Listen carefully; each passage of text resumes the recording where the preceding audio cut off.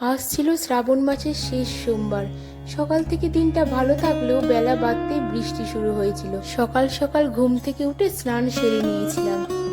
আজ বাড়ির পুজো সেরে একটু মন্দিরে যাব, তো সেই মতো পুজো করতে বসে পড়েছিলাম।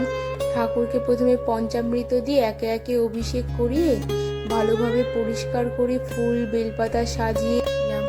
তারপর ফল কেটে একে একে প্রসাদ নিবেদন করে আরতি করে শিবের ব্রতকথা পড়ে আজকে শিবের পুজো সম্পূর্ণ করলাম। একেবারেই সব ঠাকুরেরই পুজো করে নিয়েছিলাম।